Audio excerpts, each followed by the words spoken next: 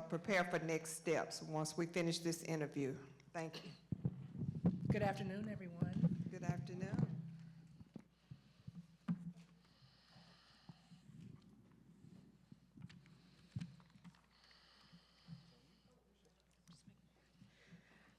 Are you all ready to go, Dr. Proctor? I believe so, yes. Thank you. Wonderful. All right, good afternoon, everyone, those who are present and those who are watching online. I'm Michelle McKissick, Board Commissioner for Memphis-Shelby County Schools District 1.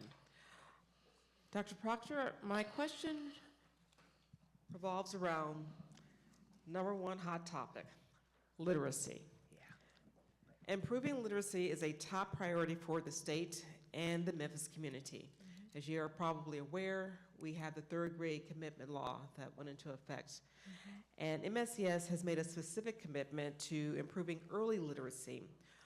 What is your experience in implementing proven methodology and strategies to improve literacy instruction and outcomes? And how would those strategies align with the work in progress already within MSCS? Thank you for the question. So, in looking at the work of early literacy in the context of your current mandatory third grade retention laws, it is important for me to remind commissioners and the community that my career started in Florida. 17 years in a state that had high accountability. Mandatory third grade retention law had been in existence for a very long time. School grades had been in existence for a very long time as I was coming through that system as an educator and as a leader. The work that I have done in early literacy is as such. Currently, in my current context, we have examined our practices. Coming into the context as a chief academic officer initially, and now the deputy superintendent over instruction in school communities, I reviewed the instructional practices within the system and quickly determined that I needed to go large scale to understand what instruction and literacy instruction was looking like across the organization. I completed with a partner and with a diagnostic team instructional reviews. This is where we went into the classrooms across the district and we observed over 230 lessons. In those observations, we looked at curriculum, we did an examination of student work, we looked at instructional practices, we examined assessments and data, and also looked at equity to try to make sure that we understand exactly who was getting high quality instruction and who was not, and what were the learning experiences of each and every child that we observed within those 230 lessons. A complete academic diagnostic report was done, and the first thing that we learned is that we needed to invest in teacher professional learning. The first area that we invested in is in letters training with the science of reading. But what I know to be true is that the science of reading and letters training in and of itself, other than teaching our teachers and developing our teachers and understanding how literacy acquisition occurs, it's not the end-all be-all by itself. It has to be paired with high-quality text and high-quality instructional materials. In the context of the district had not adopted curriculum in over 10 years in some content areas and in over 20 years in other content areas, to the degree that the district was in corrective action with the state for being out of sequence. By the time I arrived, they were in corrective actions for not being in sequence with the state recommended adoption cycles. So we took the task on immediately to adopt high quality curriculum. For early learning and for foundational skills, we adopted Foundations and Haggerty, and then paired it with our Wit and Wisdom curriculum in grades K through 5. We ensured that we had high-quality adopted materials for K-12 ELA and K-12 math. So after doing the training and the development of our teachers with letters and the science of reading, we went in and we developed our teachers working with our adopted curriculum to ensure that they understood exactly how implementation would need to happen. We also built an instructional framework.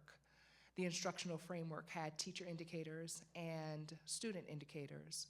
And the intention of the instructional framework is to answer the question, what does good teaching and learning look like and should look like in our system in a research-based aligned manner? So our framework for instructional equity included those curriculum adoptions, included the instructional framework, and included a deep commitment to teacher professional learning. What we were able to achieve is that in 2022, we were able to raise proficiency, increase proficiency in ELA and math in grades 3 through 8. And in 2023, increase proficiency in ELA and math in those same grades 3 through 8. For 2 years in a row, it represented a double-digit increase over the state average. How does it pair to some of the work that is happening in Memphis-Shelby County Schools? I know that there is initial work happening around the science of reading for teachers. I know that there is an effort to implement newly adopted curriculum that was recently adopted here within our schools.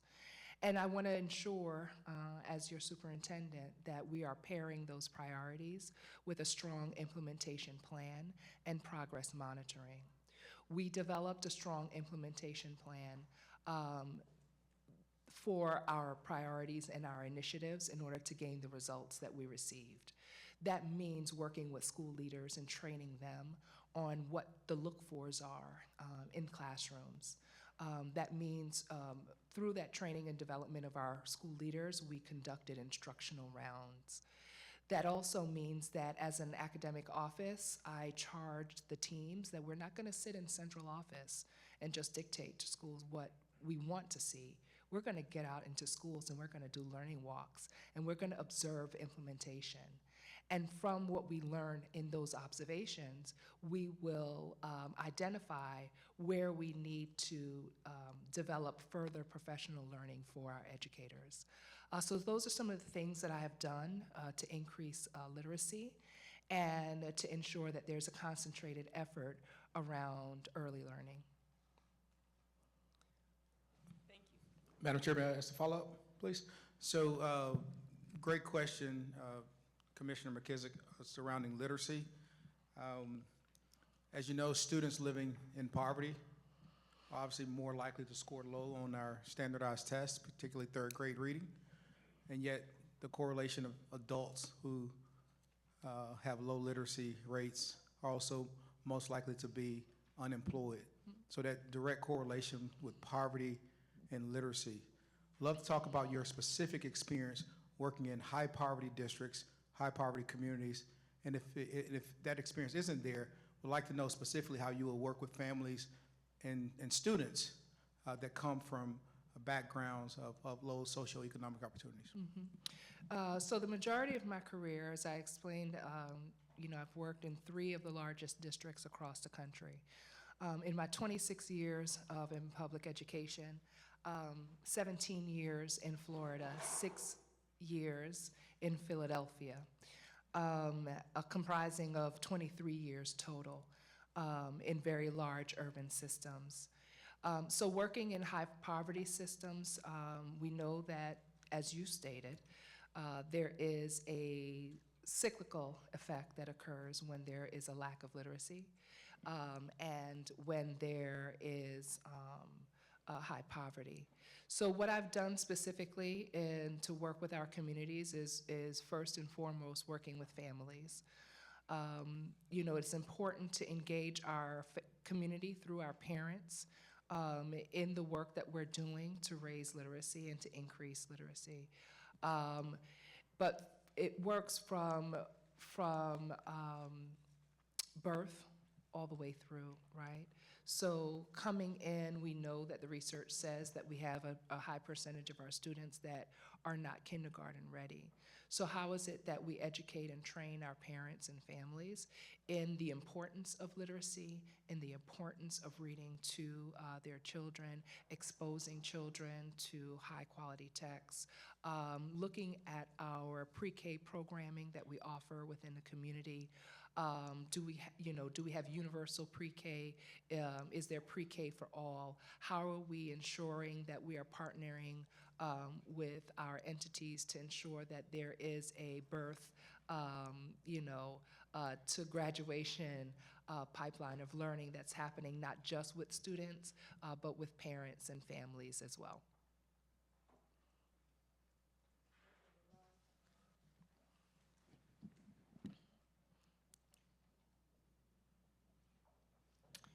Board Member Love, District 3. How you engage the learning differences from one child to the other? A perfect example, my two kids learned completely different. Yes. So I started off my career as a special education teacher. I taught high needs, special needs preschool children in a school that is called the Ann Stork Center in Broward County, Florida. And everything I needed to know and learn and understand about meeting students' needs came through my years through special education. The second avenue in understanding how to meet the needs of children is ensuring that we are able to do an initial baseline diagnostic to know where children are. It's important for teachers and staff to be able to build relationships and to have a clear understanding of who our children are, what are their unique assets that they already bring into the classroom environment, and where do they have needs, specific needs for their learning. And then we need to make sure that we are providing support and intervention to bring closing gaps between those needs. In our system, we should have a very robust RTI, MTSS process, where educators are coming together collaboratively to discuss students' individual learning needs. And this is prior to identifying students for special education. We should be using data. We should be using assessments. We should collaborate with parents to understand more about the student and their learning styles. And we should be making accommodations and modifications to the learning to meet their needs. All of this should be documented, documented in a robust, as I said before, RTI and MTSS process, where we can track what is working for the child in their learning experience. And whatever that modality is that demonstrates that it's working for a child in their learning, that is the modality that we ought to continue.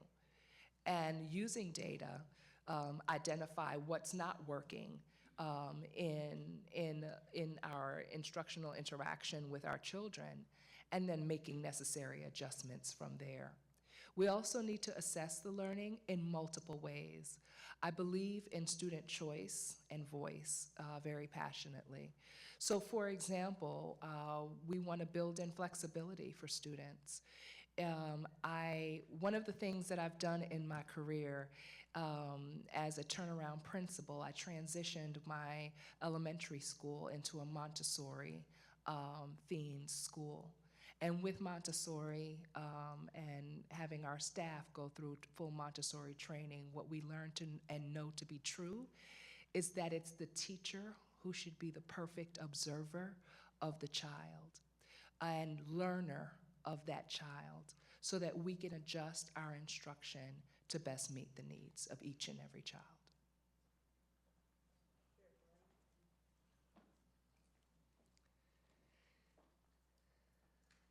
Reverend Al Green, District 1.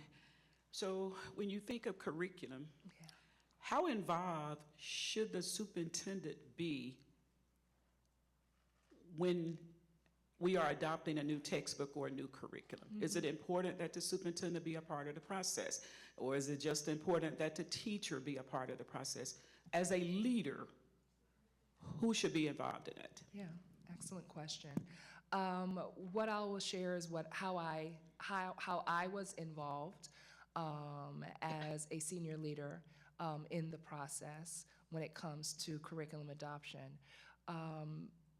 I ensured that there was a robust adoption process that included a full adoption committee led by our teaching and learning office.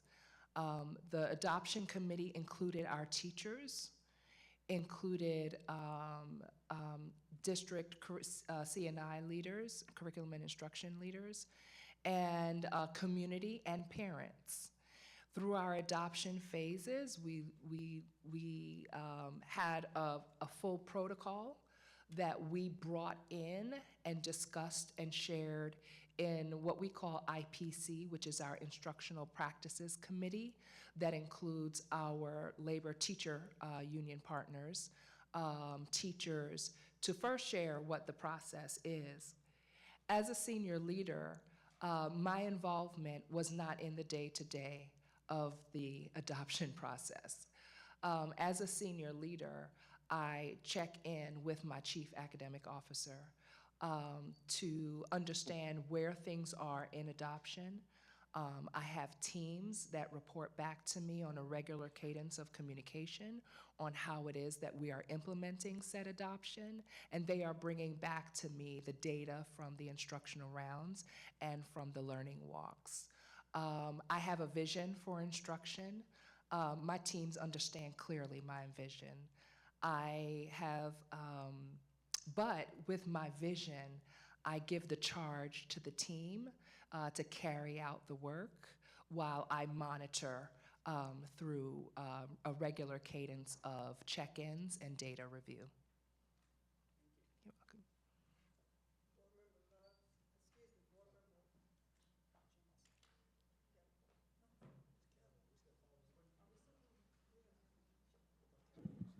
Board Member Calvo, it's your turn for your question. Thank you. Good to see you, Dr. Proctor. Can you guys hear me okay? Yes. Okay, great. We were having a little bit of technical difficulty a few minutes ago. As you know, as you have done your research, we have embarked in a facilities management infrastructure plan. This body unanimously adopted the support of that initiative. The plan is in very early stages, as you may know. We're talking with different stakeholders and subcommittees. But I want to know specifically what kind of experience have you had in your previous roles with the difficult decisions and communications about school closures, consolidations, building, repurposing. And if you haven't, how would you go about that now that you could become the next superintendent of Memphis-Shelby County Schools? Yes, thank you for the question. So I've worked very closely with our facilities and operations team currently around school modernizations and school rebuilds, and looking specifically at what we are doing in particular communities around those discussions.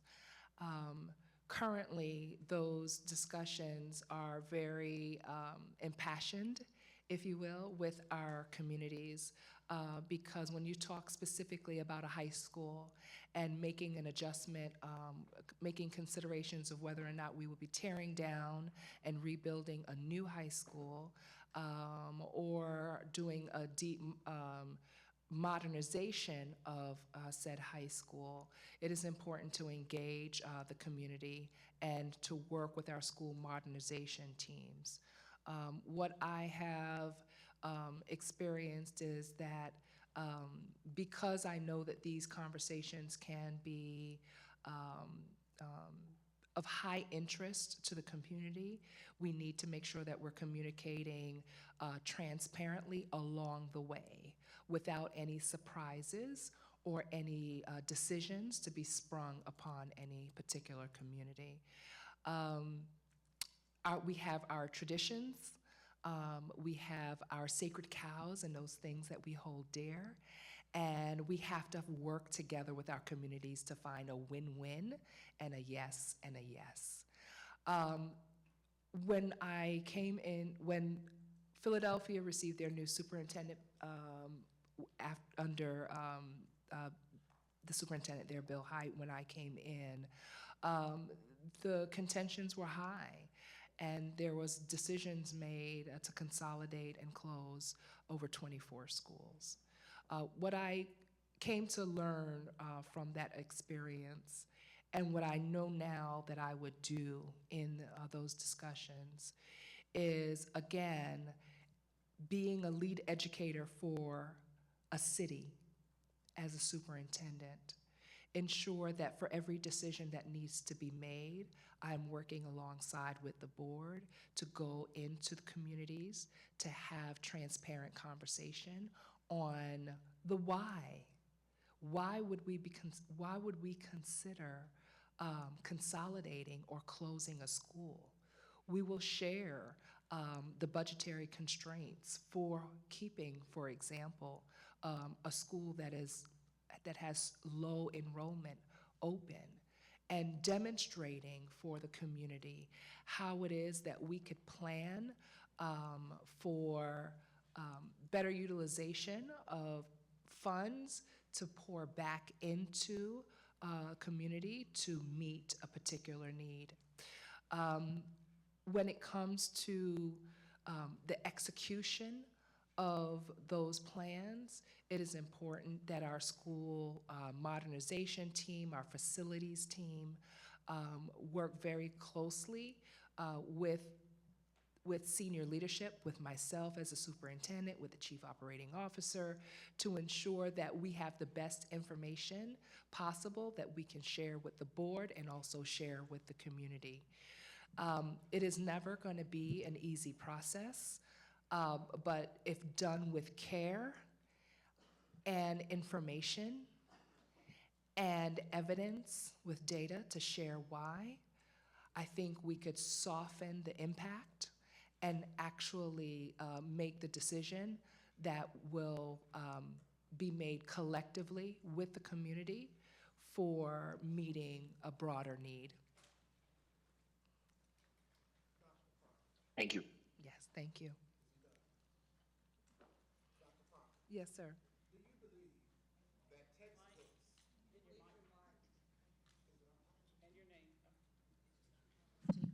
Keith Williams, Yes, sir. do you believe that textbooks are essential to the success of any classroom? Oh, absolutely.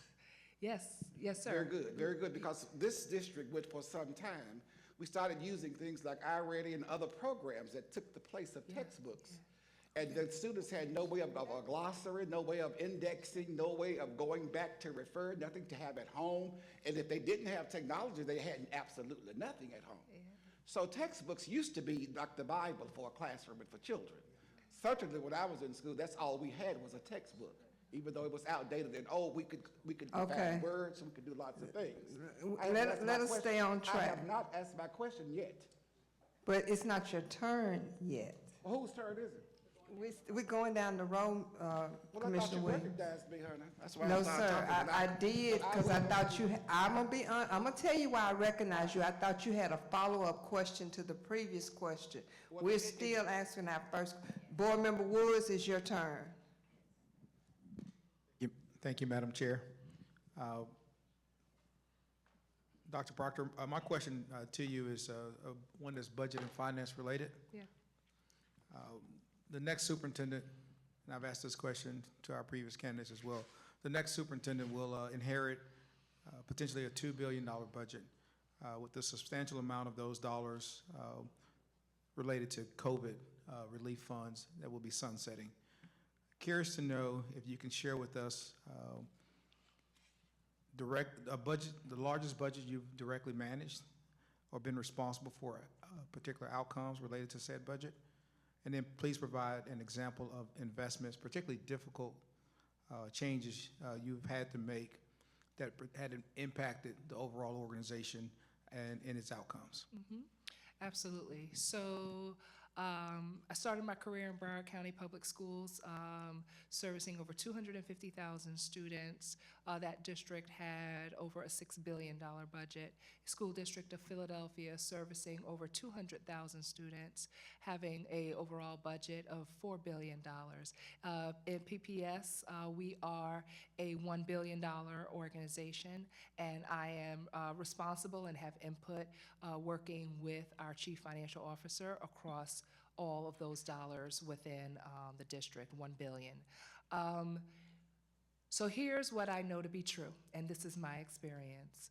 Last year, when we were looking and forecasting into our budget, we saw and understood very clearly that ESSER dollars were coming to a close, that were sunsetting, and we had to quickly assess and determine what it is that we needed to do and how we were going to assess our needs so that we can make budgetary adjustments and realignments.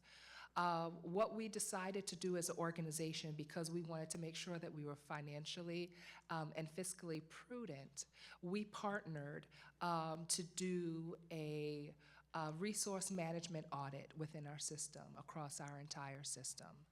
And within that resource management audit, our partners were able to support us in understanding where it was that we were overspending compared to like districts of like size with like budgets across our country. We also wanted to understand where we were underspending. Out of that came a number of recommendations of areas where we can better align our resource management and our investments, and also better align our practices so that we are doing a better job of performance managing, so that as we have to make budgetary decisions, we have the evidence on the return of our investments earlier on so that we can make these decisions in a very financially responsible way. As a result of that, we were able to offset our ESSER dollars early, not waiting for the cliff, not waiting for it to run out, but where we were heavy in investments in personnel and staff, made some trimming, did some trimming in our budget to reduce some of those areas while ensuring that we were holding on to our most critical priority areas and programming for students. Because we were able to offset those ESSER dollars now going into our current budget scenario, we are not faced necessarily with that cliff, but we are still faced with a huge budgetary constraint as a result of our negotiations and settlement with our teachers' union. That also put us back where we have to cut $10 million this year, $31 million next year, and potentially $70 million in total over a 3-year period. And what we've decided to do is look at how we can make reductions in an effective way where they have year-over-year benefit. So we are in the process now, and as a result of the initial audit that we did, we still have a bank of recommendations where we could revisit some of those other areas and make the budgetary adjustments as needed. Thank you for that. And a follow-up regarding that, the ESRA funding that was associated, the investment that you made in your districts related to COVID relief dollars, What are examples of investments that you made during that time period that you would also want to keep and carry over? Oh, absolutely, Or bring yeah. to you, particularly if you were awarded the opportunity to come to Memphis? Yeah, absolutely. So, you know, we like many districts, did a lot of investment in SEL, social emotional learning. We increased our investments in our counseling. Of course, what we found coming back to face-to-face learning from COVID is that our middle year students were struggling heavily, you know, with behavior and regulating, some behaviors and adjusting back into the school setting. So we made those investments there. We also made investments in learning acceleration. In addition to doing learning acceleration through high dosage tutoring during the day, through our summer programming, I am of a very strong belief that learning acceleration is what needs to happen all day, every day in the classroom. That if we train and develop and we have a skilled staff of teachers that understand the importance of holding high quality instruction with grade level standards aligned instruction and scaffolding to the students' needs, then we would get better outcomes. So these are some of the investments that we made, like many districts, heavy in personnel. We reviewed the outcomes that we received. We identified where we were getting the bang for our buck, if you will, and then we are in the process now in identifying specific areas, working with our senior leadership team on where else we may need to make budgetary realignments. The idea is to ensure that we have a long-range financial plan that includes effective forecasting for our revenues, and then being creative on how it is that we can maximize our strategic investments.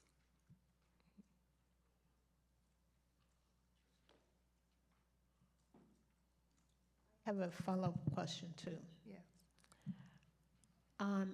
I honed in on what you said. Give a perfect example of what you mean when you say the critical needs of students. Yeah. So critical learning needs of students can really encompass many things, more than just the academics.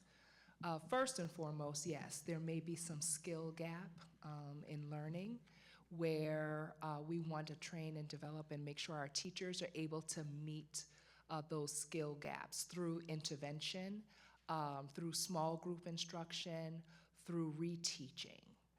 But critical needs of students could also mean social emotional. Whatever it is that is causing our students to not be able to access learning, whether it's because of emotional, behavioral, learning need, counseling, mental health need. It is our responsibility to remove those barriers for students through effective programming. So for example, the Chief of Student Support Services reports into my division. And in that division, we have our special education services, we have our counseling services, we have our high quality mental health professionals, HQMPs, we call them. We have a partnership with the Ballmer Institute that is looking at building a new pipeline for a new certified area called child behavioral health. How do we ensure that there is tier 1 instruction for our children around the executive function of regulating and understanding their choices, their own behaviors and their and management of their emotions as a tier 1 for every child. Because some of these are the things that we find that our children, when they lack some of these skills, it becomes a barrier. So critical need for our children is anything that stands in the way of their learning, and then what we do in response to support them and provide servicing and programming for those needs.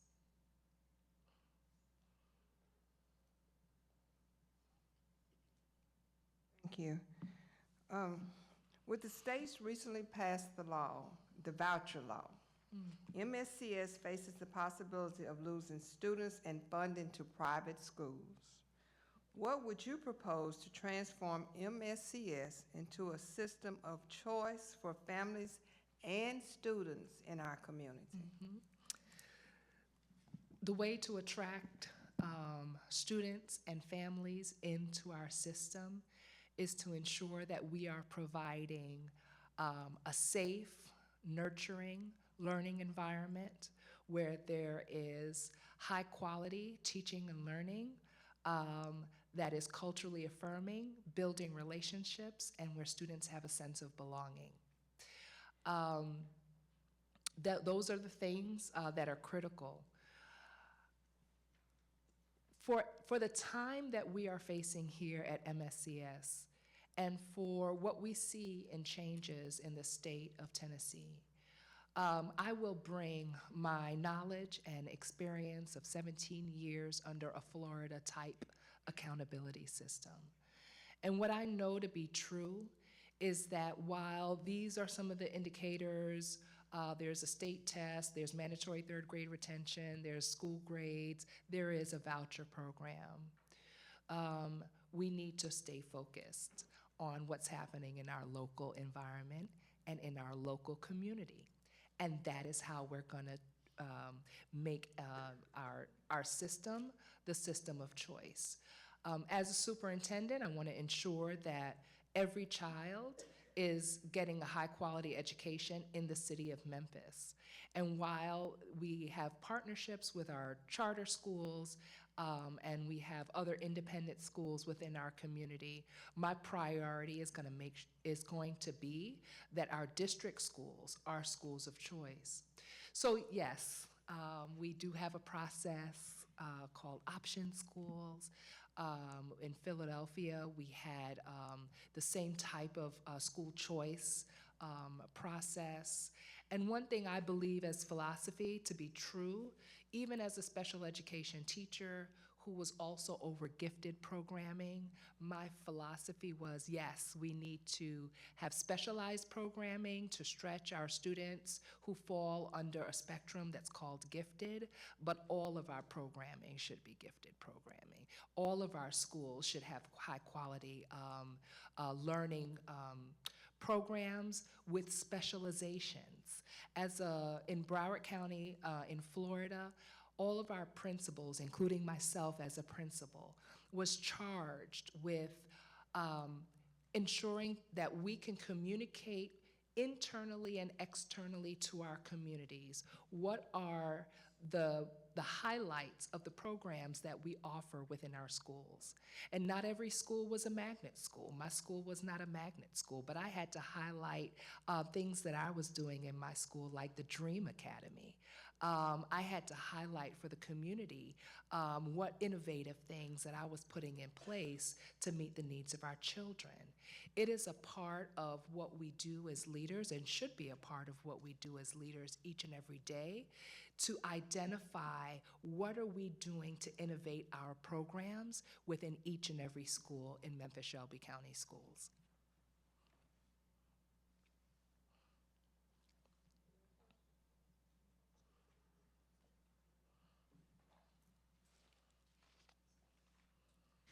Stephanie Love again. How will you keep the board informed and engaged on issues, needs, and academic success and performance of the district, Yeah, absolutely. of the entire school district? Yes, yes. Thank you for the question. So I will do some of the things that I currently do with my board, and I will also work specifically with this board to ensure that we're designing a clear communication plan. Currently, I work very closely with our board members and specifically our board leadership through regular communication. I ensure that there is a regular cadence of communication and that my team is available to provide any reports, data, or information at the will of the board. First and foremost, we have a weekly newsletter or information that we send out to the board just on what's happening this week, the highlights of the particular week of schooling across the district.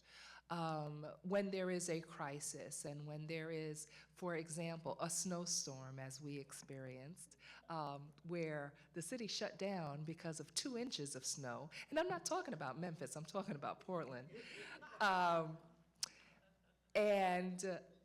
Because the city doesn't have the infrastructure to man, and I laugh because, forgive me, growing up and living in Philadelphia and cities like that, but we informed the board immediately about what we were seeing as far as needs, as far as school readiness to open. We had power outages in our schools. We had a number of schools that had pipes burst, and our facilities teams actually were not able to get out to do a full assessment across the district. So those are things that we have to communicate on a timely manner with the board. We have weekly communication. We also have regular check-ins. I would ensure that I have regular check-ins with board members and monthly communication based on what data and reports my teams are able to provide and update the board. All of this communication will be grounded in a strong strategic plan with board goals and objectives and guardrails that we can work and build together. When it comes to our board meetings, I sit in and work with board leadership on agenda setting for our board meetings. We work together on the agenda setting for executive sessions and work sessions with the board as well. There will be information that you would want, and particular reports and information that you would decide if you want to have it in an open public meeting or if you want to have it in a closed session. And so, again, ensuring that my team is available to work with me to provide the information, data, and reports to the board. And this is all to ensure that the board is well informed so that you can conduct your business and that I can provide information so that you have a full transparency in what's happening across the district. A communication plan we will build together, and we will agree upon just what is the appetite of the board for regular communication. What kind of regular communication do you receive now? What is working? What additional information or forms of communication would you prefer? What types of regular reports of data would you like to see? And so building a strong communication plan, working together, building a strong governance model, and also workshopping together. Again, I think I count myself as the lead educator of a city as their next superintendent, potentially, of Memphis-Shelby County Schools. And as a lead educator, yes, it's our children, our school-age children, our parents, and yes, also working with our board so that we could learn and grow together in building a strong governance model. All right. Good afternoon, Dr. Proctor. Good afternoon. Oh. Yeah.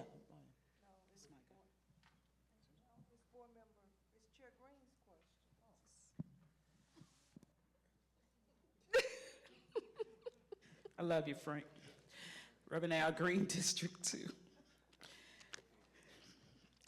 Everybody want the mic to do. In the coming year, MSCS will face significant funding challenges, including but not limited to the pending cliff of our ESSER funding and limited resources available from our local funding bodies. How have you successfully acquired funds to support initiatives beyond district funding? Okay, so beyond district funding, beyond doing the budget audit and identifying where we can right-size funds within our system, I have worked specifically with our community partners and philanthropic entities to partner and receive funding for additional projects.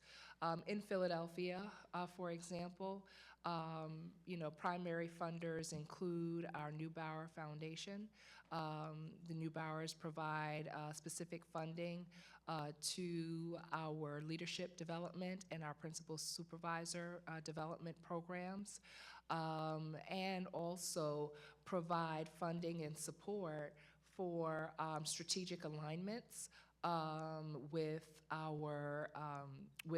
working with the superintendent and senior leadership team to ensure that we are looking at our overall strategies and being able to do a comprehensive report on our performance management systems and building a strong performance management system. There is also outside funding that was acquired for our data dashboard. In Philadelphia, we had a very robust data dashboard called CLIck. It had multiple interfaces for schools, for teachers, for school leaders, for principal supervisors, for district senior staff, and for the public. And within that, it included some informational data around not just student performance, but looking at all of our matrices that we incorporate in our performance management process and system.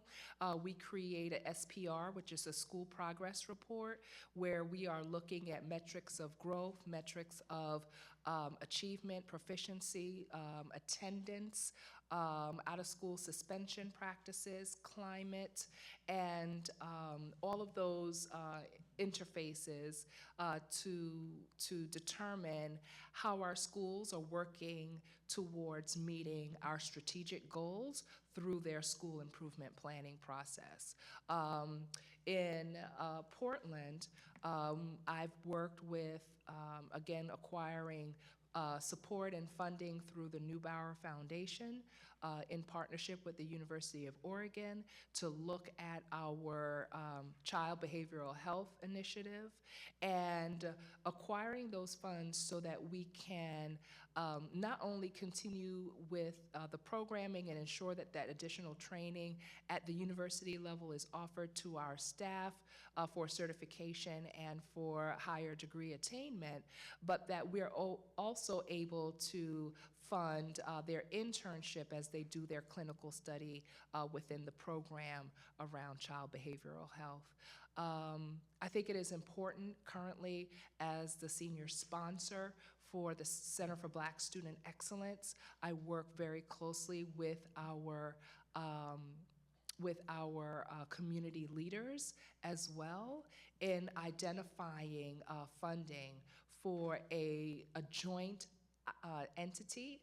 That board gave direction for collaboration where senior leaders like myself and the superintendent sit on the board for the Center for Black Excellence, in addition to our Black leaders in the community. And jointly, we do fundraising and acquire philanthropic dollars towards those efforts as well.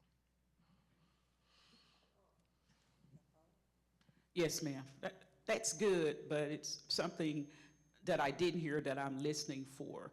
So when you studied and looked at our funding body, we speak to your relationship with your funding body, specifically if you have a city council or if you have county commissioners. I don't know what you have where you are, but relationships with them in terms of securing additional funding. Yes. Thank you. Yes, thank you. So we, okay, all right, great. So our funding comes directly from the state, and then additional funding comes from, again, philanthropic partners. We operate within a state SIA fund as well. And so when it comes to acquiring the additional funding, it's unlike here where it's the county that is the funding arm. But the relationship, I think, is what you're going after in the question, if I understand it correctly. And it is through those same types of relationship with philanthropic funders, as would be building relationship with our municipal partners and building relationship with our funding authority, so that we can provide evidence and a strong plan to justify any requests that we may have for additional dollars and to meet additional needs. I'm sorry, may I have a follow-up question? Let me do Board Member Calvo and then yours, okay?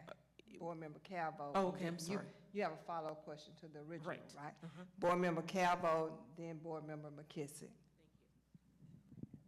Thank you, Madam Co-Chair.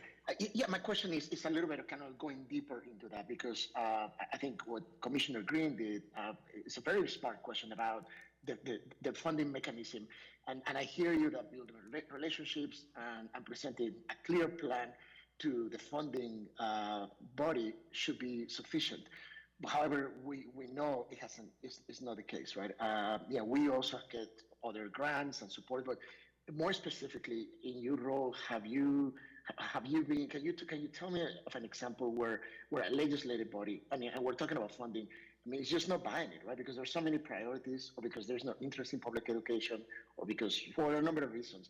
I guess I think my colleagues and I would really like to know.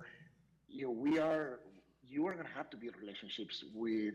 You don't have to do a lot to convince these legislators to give us more funding. Outside of just a good plan and building relationships that it's going to take a while to build, what else would you do? Because we're facing a cliff. We have $500 million in deferred maintenance, on and on and on. And this is it's a question, but it's also a warning. Like, we want you to know what you're getting into because there's just not enough money. And we are not a taxing authority. We don't decide how the funding is going to come. So what would you do about that? That could be a huge challenge. Yeah, I think a couple of things when I hear just how you're clarifying the question. I think there has to be a mechanism by which we're able to show our fiscal prudency and fiscal responsibility. And one of the first things that I will do coming in as a superintendent, as I did as a first-year principal, is I did a budget audit, an internal budget audit. I did an audit of our instruction because before I come in and take on the task, I want to understand fully what is before me. I think showing that we are fiscally prudent, and the first step in doing that is doing something like a resource management audit and being transparent about what we're finding in that audit. That will help, believe it or not, with our funding partners to see that we can be transparent and responsible so that when there is time for us to ask for additional dollars, they understand that under this new leadership and in conjunction with the board, we are willing to own our own stuff, take a look at ourselves, see what we can do better, and then realign our resources to see if we could capture additional funds, and then continue the work of building the relationship, continue the work of ensuring that we have a strong strategic plan, continue the work of being consistent in our practices so that our funders can trust us and understand that we are going to do the things that we say we're going to do with said funds once received. Thank you.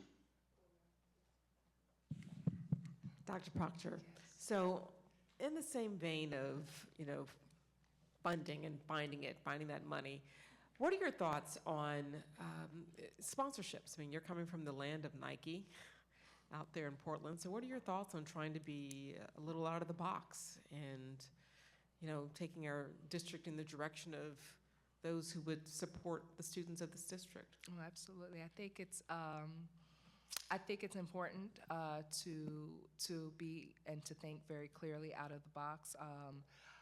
I've demonstrated a couple of areas where I've worked with partners and funding agencies and philanthropic partners, but I think it's important to have a clear objective in how we are going after these additional funds. I think that it's important, and in my experiences in working closely with partners, that we're able to, again, show that we are being innovative in our programming stance, that we are thinking outside of the box, that we are coming together in collaboration, building trust and transparency. I think when I hear the layers of questions that are being asked, I ask the question of myself and ask the question, where has there been a breakdown in trust and transparency? What has been working well in our current partnerships? How can I build on that and expand it and bring it to scale for the benefit of our children?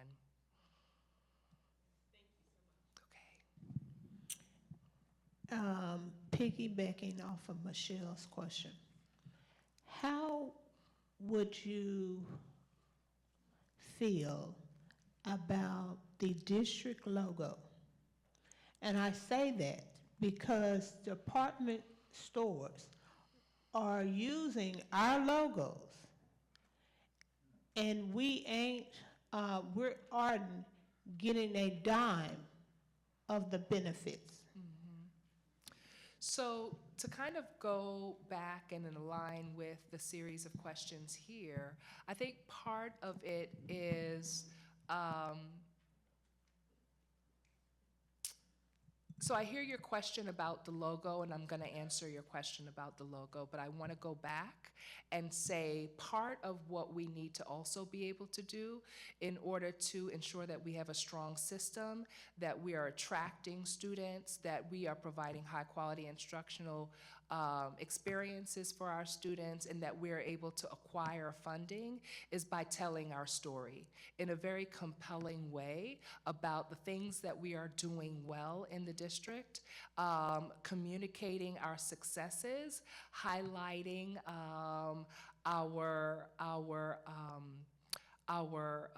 best practices, and highlighting whatever outcomes we have for our children.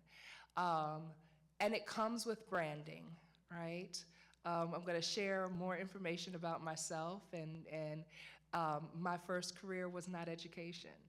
I was a communication and marketing and advertising undergrad, and I worked in marketing and advertising agencies, and so I understand the power of branding and marketing. I'm not sure what's happening with your logo, but what I do want to say is a logo is only as good as the product behind the logo, right? And so a logo is only as good as the product behind the logo. So our product behind our logo will be those things that we do for students and student achievement. And once we build that system that that demonstrates the strong outcomes for our community and for our children, then we can brand, rebrand, and even charge for the use and representation of our logo, to get to your question.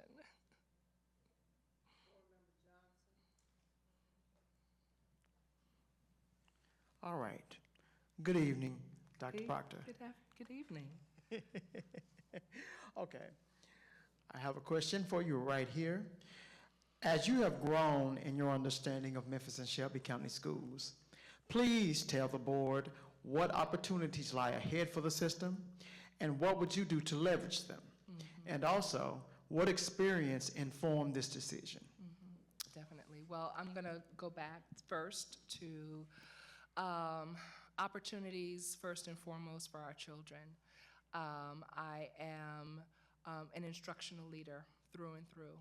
I understand clearly how it is to build instructional systems and to use data to monitor the impact and effectiveness of those systems. I have a strong experience with high accountability systems, like 17 years in Broward County, Florida, and we'll bring that to ensure that we are focusing in on our local efforts and our local programming so that we could tell that compelling story about what we're doing successfully and doing well for our children. Another area that I will bring to meet some of the challenges of Memphis-Shelby County schools is looking at our what we're doing to maximize our fiscal responsibility in terms of identifying how it is that we can right-size through a variety of methods our funding to maximize on the needs of our district. We have a huge need regarding our deferred maintenance, our facilities and infrastructure, looking at our real estate and properties that are owned by the district, the utilization or overutilization of said properties. And so in my experience of working with school operations, school modernization, and facilities around decision-making for prioritizing some of those needs and being creative to find creative means to generate resources and funds for our system will really support not just A, ensuring that we are fiscally prudent, but B, we are able to right-size and find the resources in part that would be necessary to meet some of our deferred facilities needs. Also building those same relationships for our funding authority to have a sense of trust in what it is that we are able to do and achieve for our students and for our system in partnership with community. And those are some of the things that I will bring to Memphis-Shelby County Schools.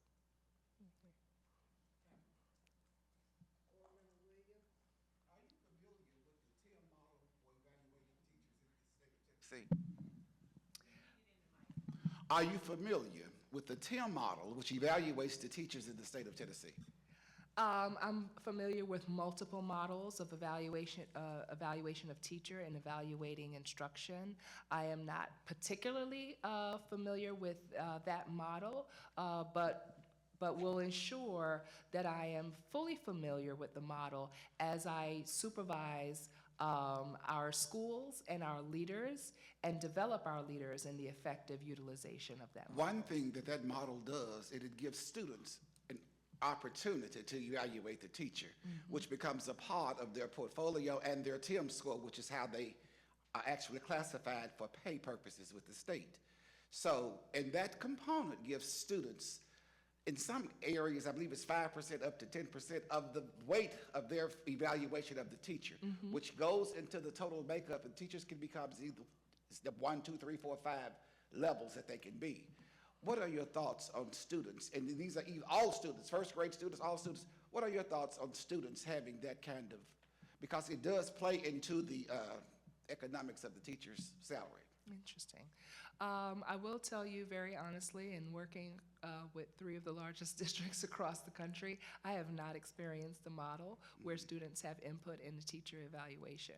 I do want to state very clearly that I do believe in student voice. I believe very clearly that student voice has a place. In every district that I have ever worked, we have had a student council, student advisory, student government, and even had student representation on the board. And I value the information and that students can bring, but I'm gonna be very honest with you. I can't speak to what it looks like for students to evaluate and to have input in a teacher's My final evaluation. question to you then is, the state does appropriate money for purchases of textbooks every 5 years as an appropriation to buy textbooks. Would you be sworn to uphold that tradition and purchase textbooks? Because this district has gone for some time. And for the first time in many, many years, last year we did purchase some math books, which was a blessing for the district. I do not know how we hold students accountable for learning and advancing and passing tests if we don't have the materials. Yeah, absolutely. And if we're teaching by these fly-by-night methods, such as AI and all this stuff that comes and goes, and it's all on technology, students do not have a book with which they can take home, read, do the vocabulary, do indexes. There's no Bible. There's nothing that they have other than what they get into pieces of paper. Yeah. We've had programs like the Eureka Math that was just all over the place. So we have had some major work with curriculum needs in the district. Would you be willing to ensure that textbooks are adopted every year at the appropriate time when they are supposed to be by state law and under the fairest process of doing so? Well, I believe clearly in the power of high-quality instructional materials.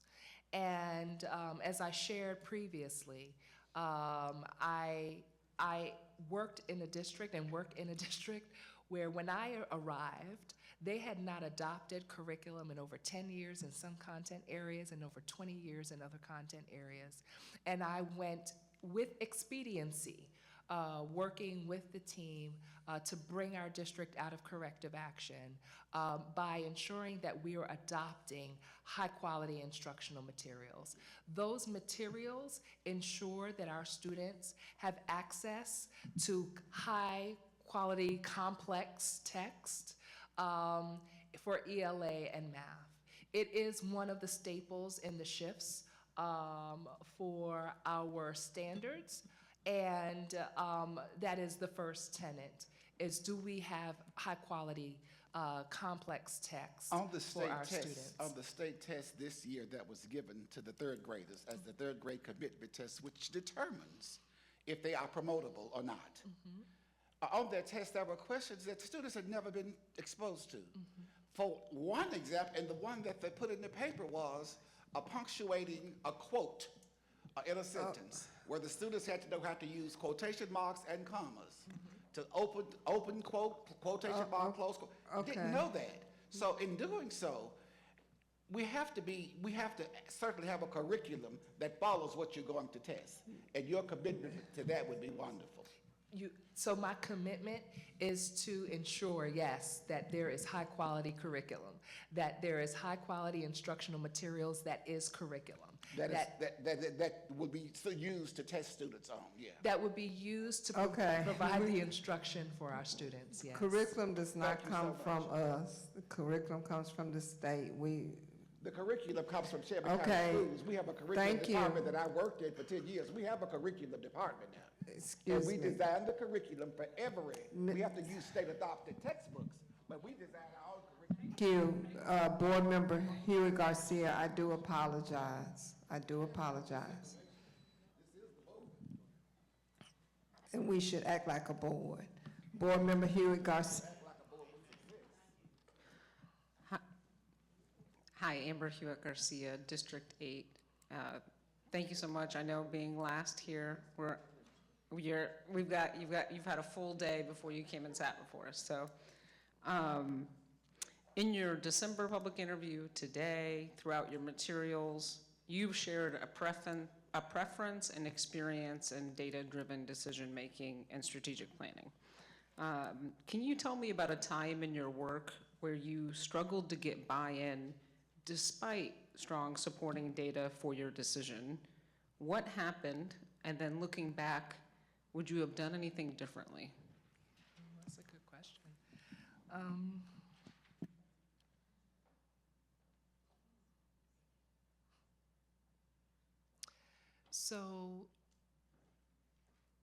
So I will definitely say that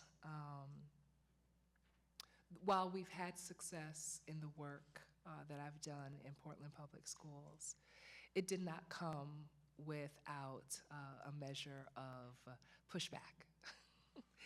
When we are in a system that curriculum had not been adopted, students did not have access to high quality text. The data showed, including the academic diagnostics that were completed, that there was a high need to move in the direction in which we moved. My strategy for addressing pushback is to find a guiding coalition.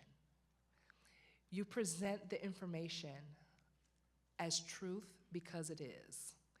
You provide the data and the evidence. And you look at who are your early adopters and early believers. And we push the work forward on behalf of children because it is the right thing to do. What happens and what I have experienced is then others will come along. I believe that most everyone who works in education and works with children desire to do the right thing and want to be successful in meeting the needs of children. But folks always don't know what they don't know. And sometimes you have to be that leader and that example and stand in a conviction for what you know to be true as evidenced by data, research, and proven practices. So in the experience that I've described with the curriculum adoption, the instructional framework, working with teams, I continue to bring everyone together around the vision. In building the instructional framework, where we identified teacher indicators and student indicators, where we identified the 4 domains that said that the instruction had to be grade level standards aligned, culturally affirming, data informed, and deeply engaging. Once the team started to see the shift in the data, once our teachers started to use the adopted curriculum, they saw the vision clearly, and we were able to achieve success. I think there are times as a leader, you just have to do what you know to be true, to bring in your expertise and experience, to bring in the data and the evidence, and start with your guiding coalition that will be your early adopters and continue to bring the rest of the team along and you will find success. And that's what I have done in my experience, and that's what I've been able to achieve.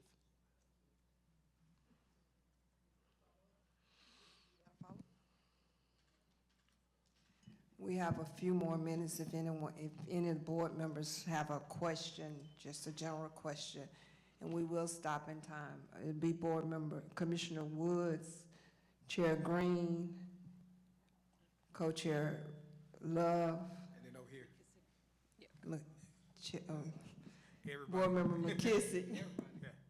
just everybody. Call it rapid fire. Excuse me, board members, you have until 4:30. Yes. Yeah, Oh, I'm trying to make sure they know we are on limited time, so their question won't be 30 minutes and she won't have time to answer. What I hear our co-chair saying is limit our commentary, ask the questions, so you can have plenty of time to answer. That's it. And so I'll start. Game of rapid fire, or myth busting, right? Yeah. I believe in urban education, we are hesitant to admit failure. Agree or disagree, and why? Then I have a follow-up with I believe it. Say that one more time. In urban education, we're hesitant to admit when we fail. You can't, yeah. You can't learn unless you're able to be willing to face the truths of what you're doing. You can't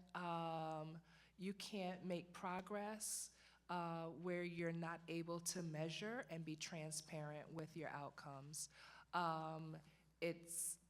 Yeah, I agree that you have to, that's the definition of growth, isn't it?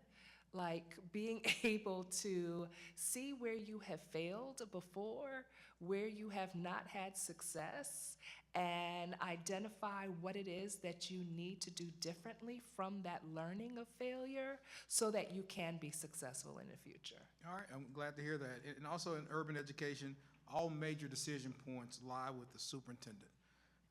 How will you empower your team members to take risks in hopes of improving outcomes faster? Coaching, feedback, and support.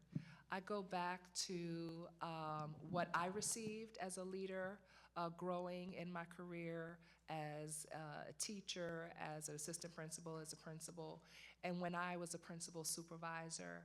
I have high expectations, and my high expectations I make sure are attainable for those who I am coaching and giving feedback to. So for example, in supervising 14 of the most challenged high schools in Philadelphia, I understood and recognized clearly some of the challenges that our leaders were facing. Our communities were steeped in gun violence. Our students had poor attendance rates. There was lots of work to be done in the instructional model, and yet at the same time, our leaders were constantly putting out fires. And in support of that leadership, to empower teams, even myself now, I supervise chiefs. As a deputy superintendent, the chief academic officer reports to me, the chief of schools reports to me, the chief of student support services, our associate superintendent of high schools, our associate superintendent of elementary schools. All of the principal supervisors in every school fall within my division of instruction in school communities. And while there is a clear vision with high expectation, we come together as a team, as an instructional priority steering committee, and we bring in and we look at our instructional rounds data. We bring in and we look at our learning walks data. We look at our district assessments and our curricular assessments, and we have the honest conversation about what is working and what is not working. In giving the feedback, there still has to be trust. Trust in receiving that feedback, to take that feedback and continue on in the work, aligning it with the broader vision and our goals. What is Althea Green District 2? What is your definition of a culturally competent leader. And give me an example of a time where you displayed this skill and you shared your outcome with your team. Yeah, I think a culturally competent leader, and I will expand and say in leadership and in other areas as well, is one who is able to, first and foremost, understand and know themselves, their own culture, from which they come, and how that impacts and influences their own leadership. They also need to see others, other cultures that are unlike their own, embrace other cultures, and see assets from all other cultures as well. How I've demonstrated that in my leadership is in multiple ways. As a leader who is steeped in experience and expertise in special education, who is steeped in experience with working with our EL populations, and ensuring that we are able to meet the needs of all of our students who identify in multiple ways. It is important to ensure that we're able to be competent so that you can make the connection and meet the needs. I am currently, as I believe I shared, I've had a lot of conversations over the past couple of days, but I'm not sure if I've said it here, the senior sponsor for the Center for Black Student Excellence. And that body of work means being able to come together with a community. And beyond coming together with a community, bringing a community together that naturally doesn't always come together. And through over 150 engagements, from a guiding coalition to a design teaming process, to what we call our dinner series with community stakeholders, leaders, parents, we came together to identify and imagine and reimagine what does Black excellence look like, and how is it that we're going to go through an exercise together. As a community, we have a rich and diverse, a rich history, but with diverse impacts within that culture and within that community. And so we started off with going back to the history and collectively talking about, as a community, what is our shared history? And what are some of the pain points within that history? And then now, how do we move beyond those pain points to envision a future of excellence for all of our children? And so it is being that leader who is open to a collaborative system where the district and community can come together and co-create a broader vision for Memphis-Shelby County Schools, for our community, and to build a stronger educational experience for the students in our city.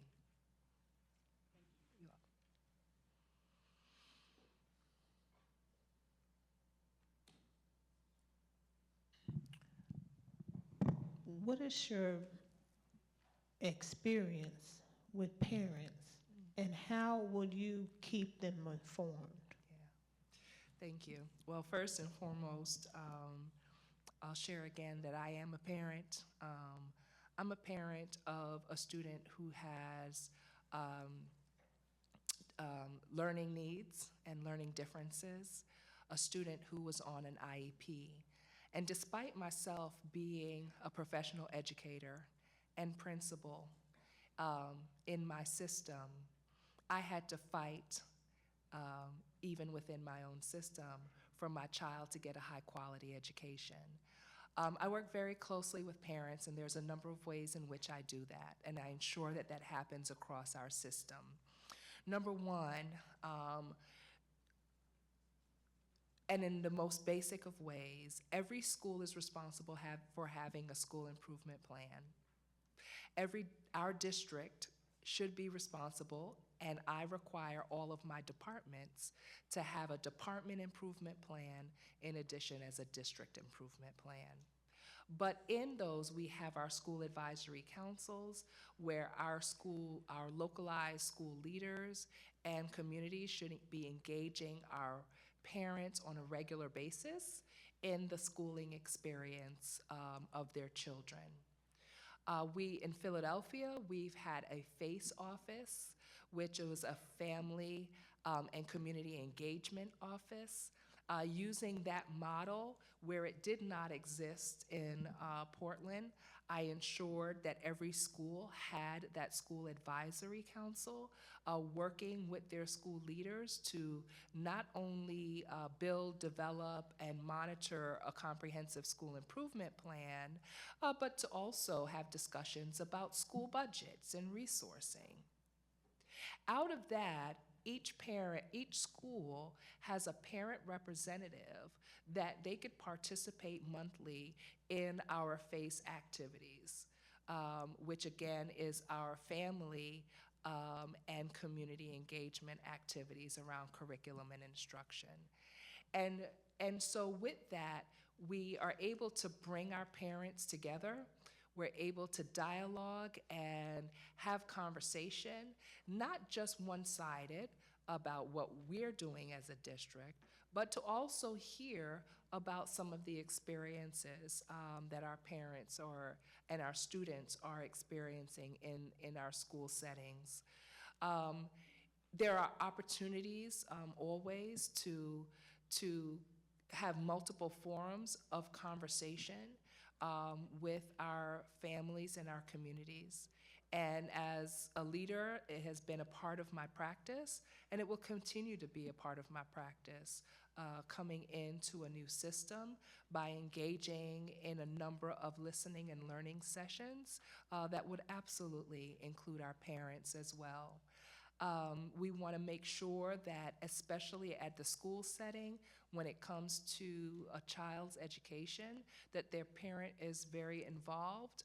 For example, if a student is engaged in a multi-tiered system of support in RTI, that the parents are also at the table with the teachers and educators to understand how their child is learning in the school environment, and to give input on what they're seeing in terms of how their child is most successful and responds to that learning. So there are multi-tiers where we can engage families and parents, and it's so important for our parents to be our partners in the education of their child. Thank you. Thank you. So you've had a very full day. You met with many community leaders prior to coming before the board here. And I know you've probably heard it last night, about coming in from the outside. That seems to be a perspective here that people are concerned about. Change is hard sometimes, and we haven't had a national search for a superintendent like this in well over a decade. What can you say to the greater Memphis community that your change coming in here would be good, and what would you bring? Why you? Yeah, that's a good question.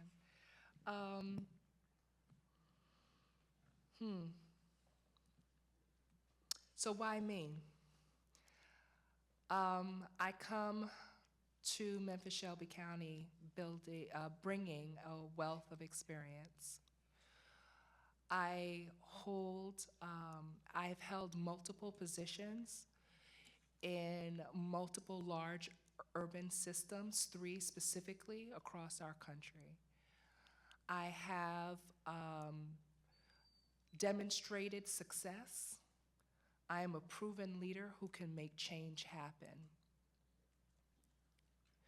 And beyond my resume, and beyond my achievements, and beyond what I know I can do in the work for the community, I come and I bring perspective. I am a leader who am also an immigrant, as I shared before, coming to this country and having to navigate unfamiliar spaces, and having to find my niche of belonging as a child and as a student.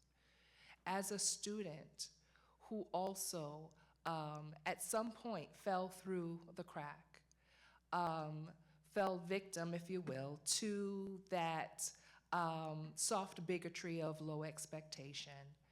And while I had high grades in school, and it was perceived that I was very successful and was able to get into a top-ranked state university, learned very quickly my freshman year that I was ill-prepared for the rigors of college education and university life.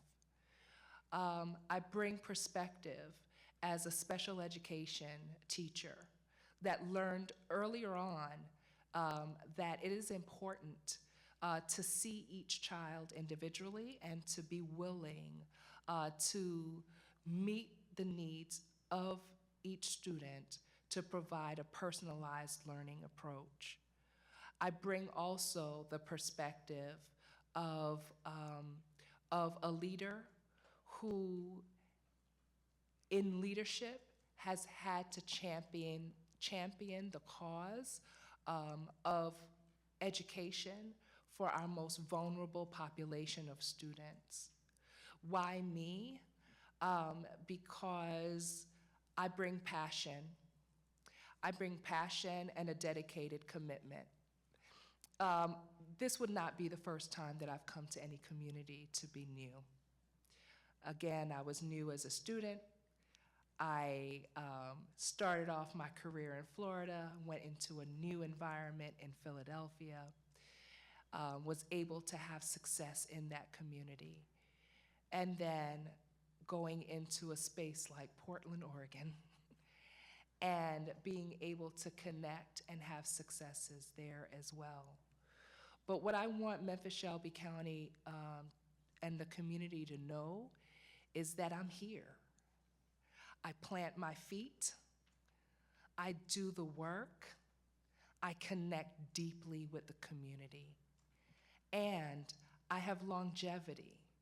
If you look at my resume, 17 years in one place, 6 years in another place, 3, yes, but this is the work that the experience that I have had culminate to me being here before you to do this body of work, and this is the work that I have been preparing for. I will share, and I haven't shared it broadly,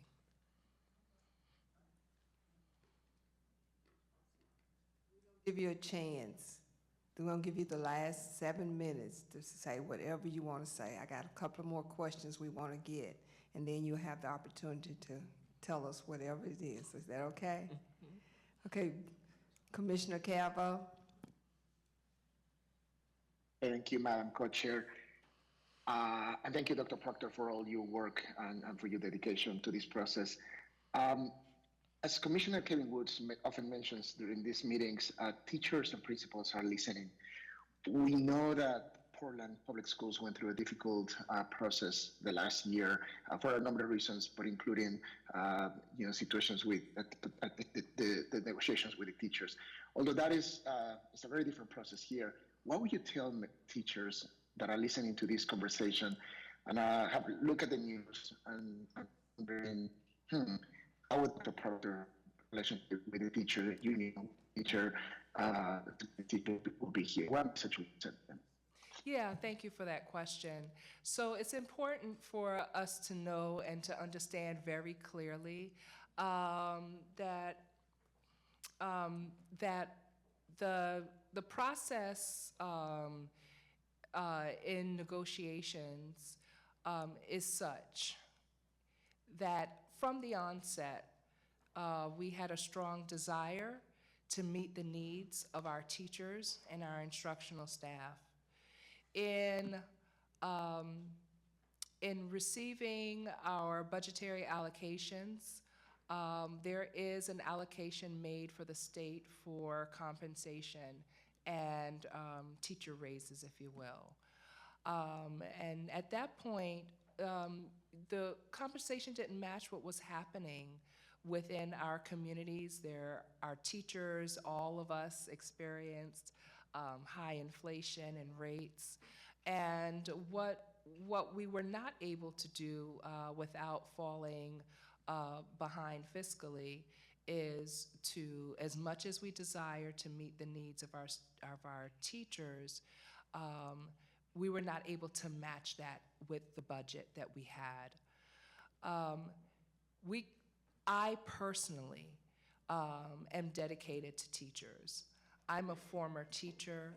I understand the challenges of the classroom, and I want our teachers to know that my dedication would be to ensure that those who have the greatest impact on student achievement, which is our teaching staff, will be seen and heard and brought into a process whereby they are able to have voice and collaboration around our processes.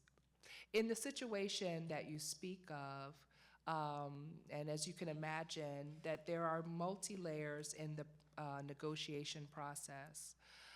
And I am proud of the fact that I was brought in to be a part of the resolve and to bring agreement with our teachers union.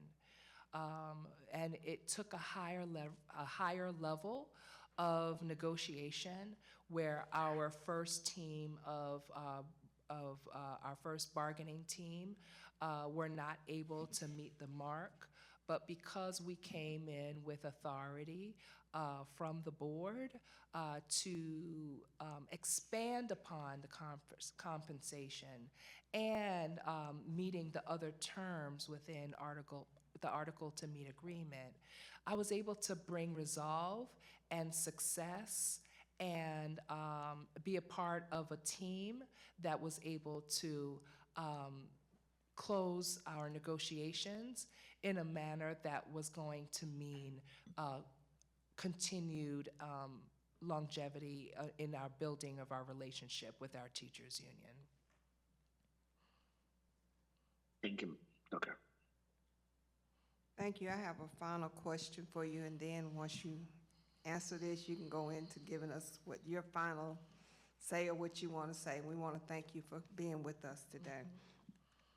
What has been your most valuable tool when supporting principals? And can you give us an example of a principal or a situation where you've helped a principal overcome and the outcome of that?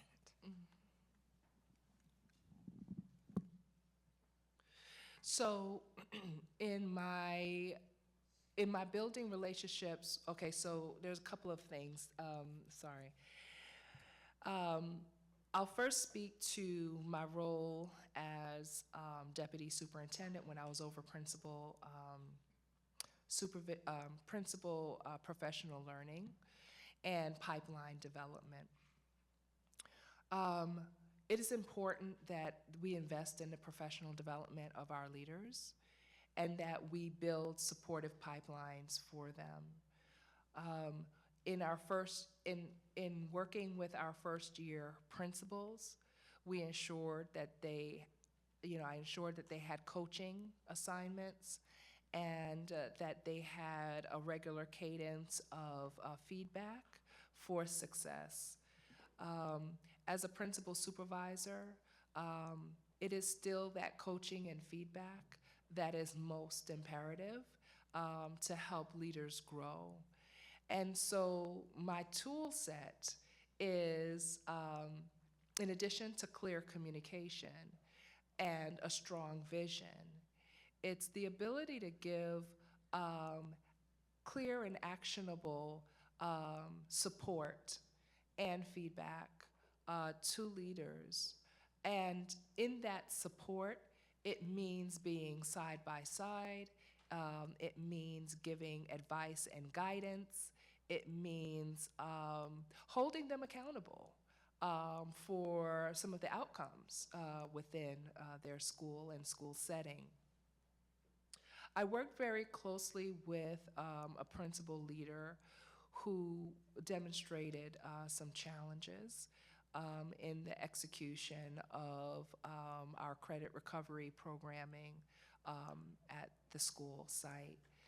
And, you know, through a regular cadence of supportive conversations, in addition to assigning a coach to that principal leader, and regular follow-ups, you know, I was able to see that leader grow in their perspective and understanding of exactly what those challenges were. I saw that leader grow in their ability to use data and bring in data literacy to measure the impact and effectiveness.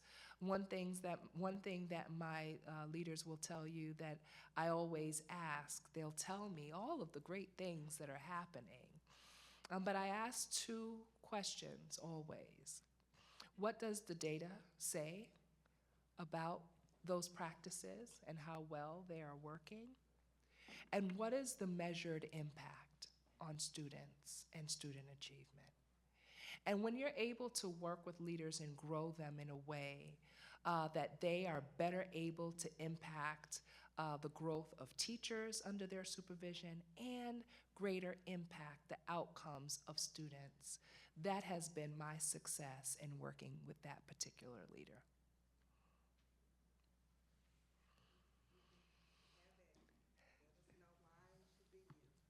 Yeah. Again. You said again.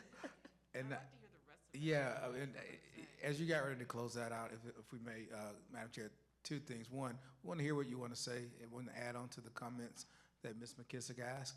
And if there's a question, since we have a few minutes left, if there's one question that you wish we had have asked, what would that be as you close us out, okay?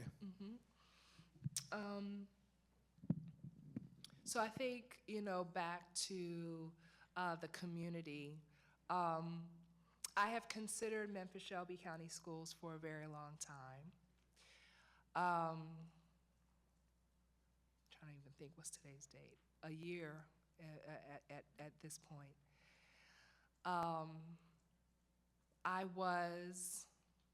I applied in the first round. I was going to be named as a finalist. And right around March, I received news that a family member for whom I am responsible or was responsible for facilitating her care had a massive stroke and was declining. And 3 days before the name of the finalists were to be named and made public, I called Max McGee and I told him, please withdraw my name. I have to take care of my family. I stayed with my aunt, cared for her. Her husband had died years before. She had no children of her own, and I was her medical proxy and financial proxy. And I know her well, and she would not have wanted to be alone. So I took a leave, and I stayed with her. And after all that was said and done, she passed on May 2nd. I believe in divine authority. Nothing in my life has ever happened by accident. I think I needed to have been with her as she transitioned. And I see now that this process had to transition as well. I received an email and a call in August, and I was asked to reconsider applying again.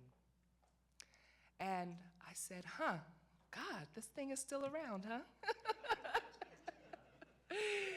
So I applied, but this time taking serious consideration and having a serious conversation with my husband to know, are you willing to make Memphis your home?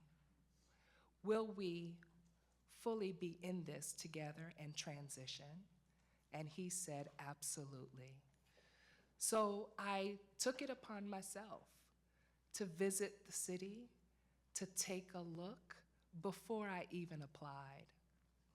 And then, being convinced that this is where I want to be, I applied again.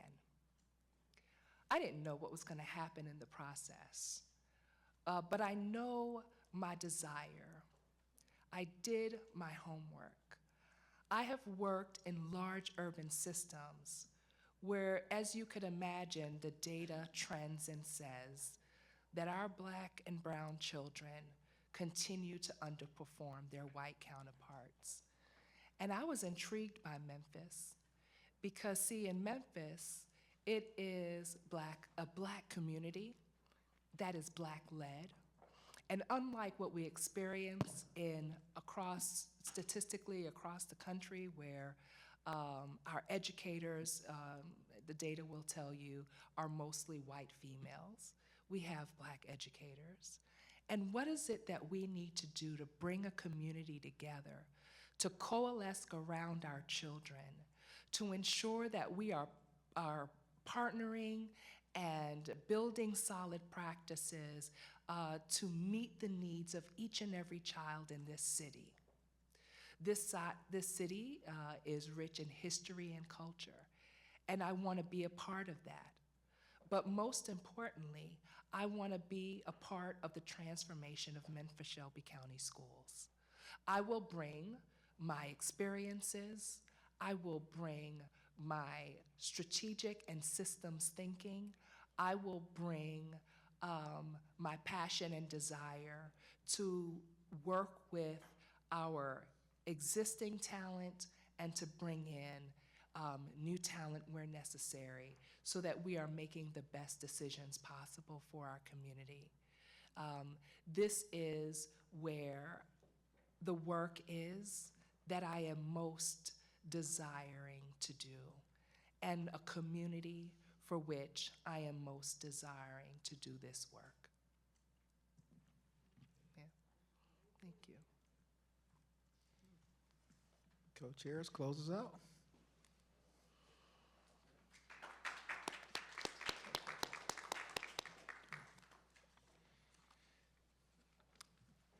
Max, Tamika, thank you guys. I think you can do a round of pleasantries, handshakes, goodbyes. And Board members, please stay here for Yeah. just a few minutes. and if community members leave before board members, I don't want to take our co-chair's thunder, but thank you all for being here.